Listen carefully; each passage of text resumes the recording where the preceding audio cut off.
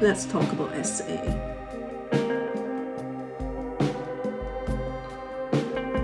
I think now I'm ready to talk about this. It's a whole month now. That happened to me a long time ago. Different varieties of it. And I never thought that I would be going through that again until a month ago. And since then, I've gone through so many changes within me. But even in that process, even with all the different things I'd gone through, I still wanted to share with you because there are unfortunately so many people who have gone through and are going through SA. A few things that bother me, other than the obvious, about that situation is the fact that you have some measure of trust in someone, and then something like this happens, and it's only in hindsight. They say it's 20/20 vision, yeah? But it's only then that you put pieces together like a jigsaw puzzle.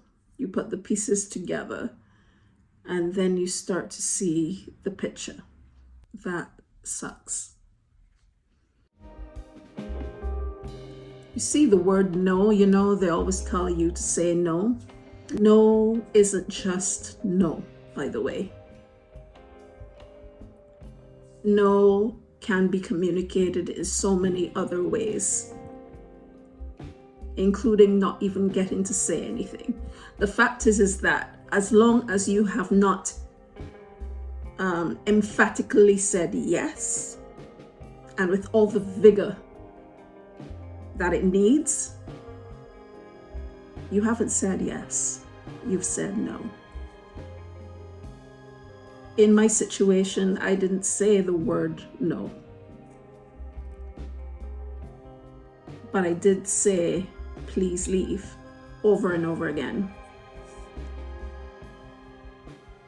I just want to lay out a few things. If you have any vulnerabilities at all, like say illnesses, anything that would give you cognitive impairment, if you're on any medication, if you have been drinking, whether it is that you have been socially drinking of your own accord, or something else happened that made you end up in that frame of mind without you even realizing. If you take anything other than medication, if you are asleep, if you've said yes and then you change your mind, no matter how far along you've gotten. There are so many different examples, and I just need you to know that just because you haven't said no doesn't mean that you are to blame. You're 100% not to blame. And that's the thing that happened with me. I started blaming myself. I started overthinking and wondering, oh, maybe I shouldn't have said this, or I shouldn't have done that, and I shouldn't have thought this. And unfortunately, that's what happens to the person that this is happening to. We end up pulling the whole scenario apart. And we wonder, what did we do for that to happen? The fact remains, we should be able to do anything, especially if you or in your own environs. And you should still not have that happen to you. It does not matter what you are or are not doing.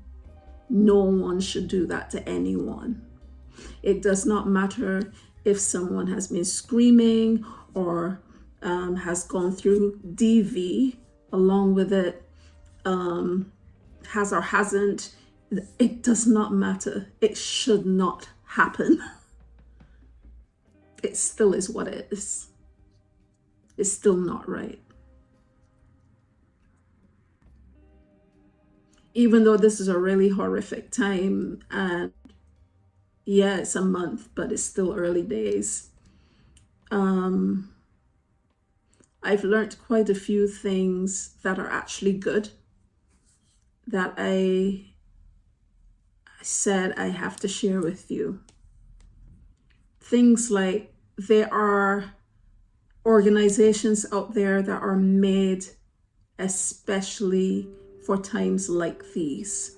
And I'm talking about the UK now, where people will take care of you, guide you where to go. They would protect you in a variety of different ways.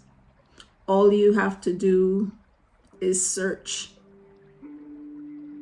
for anything around that area and they pop up. And believe you me, they are there for you. You text them, you call them, you chat with them, whatever it is, and they are there for you. There are some places that set up everything so that you only have to go there, and all the other things that you may need to do because of SA, you can get them done there. During that time of getting care for myself, it included remembering to get tests done. No matter if you know the person or not, get yourself covered. Just make sure that you're fine. And that's something that would go on for a while because of the nature of it. And also, you're going to have to slow down and take time out for yourself and find the correct support system around you, to be around you for when you need someone to talk with, when you don't feel quite right, or when you feel like saying nothing at all. This is the time for the correct support, and I will get into that in a minute. But this is also the time to wrap yourself in cotton wool. Be kind to you. There are going to be days when you get up and you don't feel like doing anything. You don't even feel like showering or washing the dishes or even eating. There are going to be days like that. There are going to be times when you don't see outside for a while. You are going to go through different stages of this. It isn't linear, and it can last for a while. When I think of what I've been through before in life, that was a long, long time, and I did not have any support. This time around, I do, when it comes to professional support. And I am eternally grateful because I sought that out myself before any of this happened this time around. So I look at that as a positive. But make sure that you have professional support as well as all the initial things that you have to do. Those people actually set you up if you don't have that already. So you don't even have to worry about that. One important thing is only do what you are comfortable with. Folks that are concerned would urge us to do one thing or the other. And as a person who's gone through this, I know how hard it can be to make decisions about certain things. It's tiring, it's exhausting, it's nerve-wracking. You get panic attacks over and over again thinking about these things.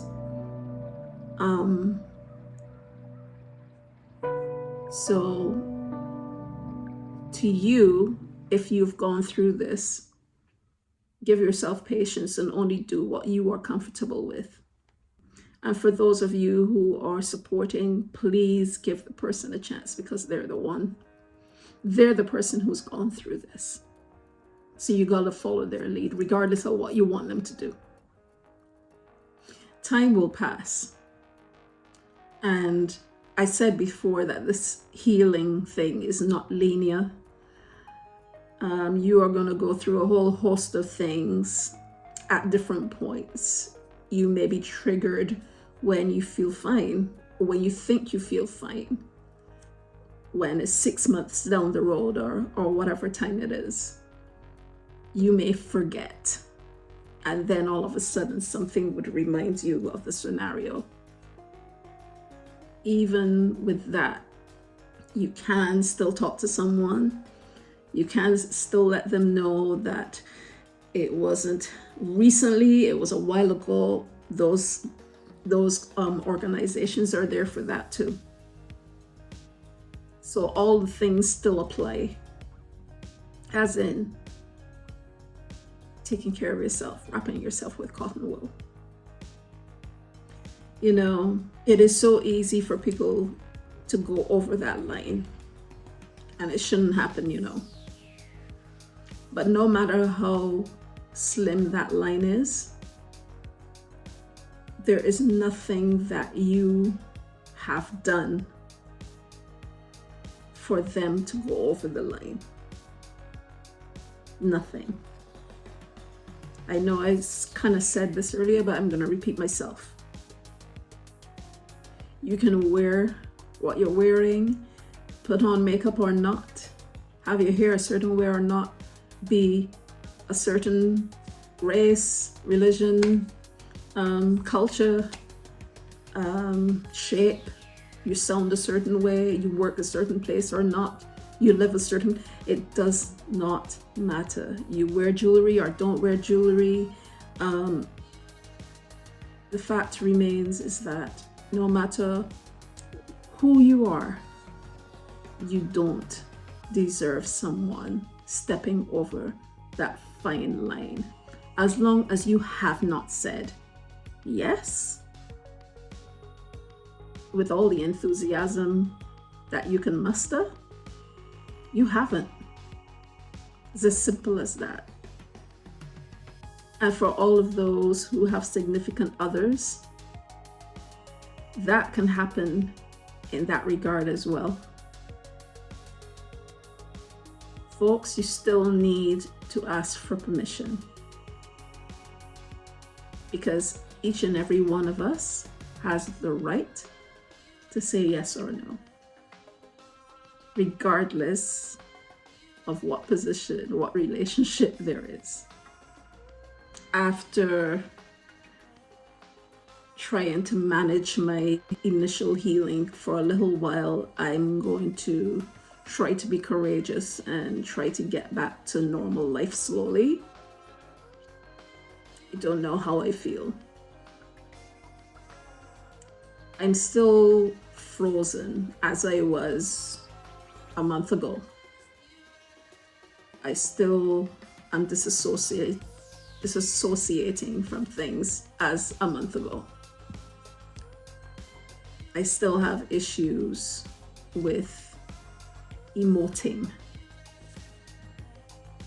as a month ago. You don't come back to the same person that you were. That person is gone.